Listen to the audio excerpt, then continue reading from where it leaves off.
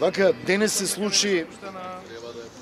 се случи она што го предвидувавме веќе низ години и веќе е допрено дното на судството, кое не успеа да доживее никаква реформа, нити трансформација.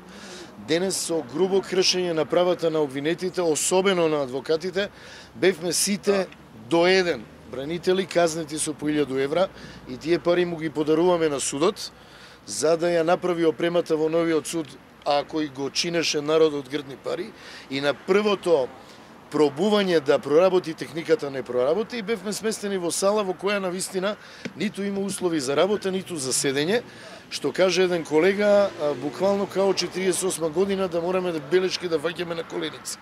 Кога тоа му беше предочено на судот, судот со најгрубо кршење на одредбите на законот и со чиста сила се обиде да ги воспита адвокатите и беше казнет секој адвокат со по 1000 евра за понатаму, бидејќи стоевме и не дозволувавме да се одвива во такви услови предметот, кој е навистина сериозен и се работи за многу тешко кривично дело. Кривично дело кој засега и во политичката, економската и другите ситуации во земјата, судот се дозволи да не отстрани од јавната седница, од рочиштето и да назначи бранители по службена должност. Ова е грубо кршење на правата на одбраната, нешто што судот веќе подолго време го прави не само во овој предмет, него во повеќе предмети, но овде денес кулминираше целата ситуација. Ние како адвокатска комора ќе преземеме действија и ќе мораме да ги оствариме своите права, односно правата на нашите клиенти. Ако борбата во Република Македонија беше за еднакви аршини, еднаква и неселективна правда, однос на судот професионално и по слово на закон, во тој случај судот денес тоа не го исполни, него остана оно што е, а тоа е Сваровски судство. Благодарам. Како го коментирате предлогот на премиерот за Не можам, вака, не можам. чекај, ајде уште ова. Не можам да искоментирам политичка одлука, јас сум адвокат. Можам правните одлуки да ги искоментирам, политичките одлуки ги носат политичарите и они треба со тоа да се занимаваат. Така да не сме во состојба да ви кажеме што би значило тоа за предметот или за политичката или правна ситуација.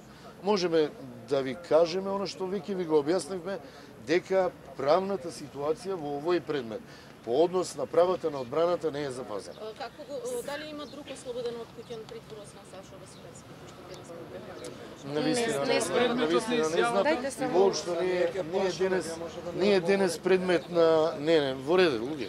Не е денес предмет, и навистина не знам, не е предмет на расправа такво нешто. Она што сакам да го разберете, дека утре можете вие да имате правен проблем. Може било кој во државава да има правен проблем, адвокатурата не е во состојба со ваквиот однос на судот да ги обезбеди правата на граѓаните на Република Македонија. Она што сакаме само да го напоменеме, ние како бранители и како адвокати во ниту еден случај не сакаме да го обструираме работењето и одржувањето на рочиштето. Само ги бараме нашите основни услови за работа. Јас лично и поголем дел од колегите бевме седнати на столчиња каде што немавме каде да запишуваме.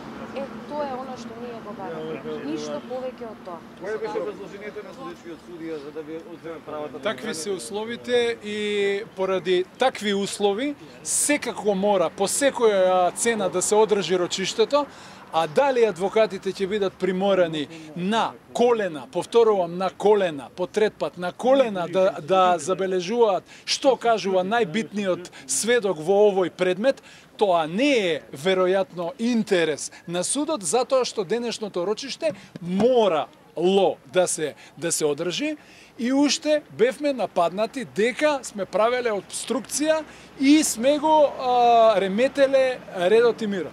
Со ниеден збор, гест или постапка тоа не го направивме. Едноставно, подигнавме рака, побаравме збор и побаравме да ни се овозможат услови.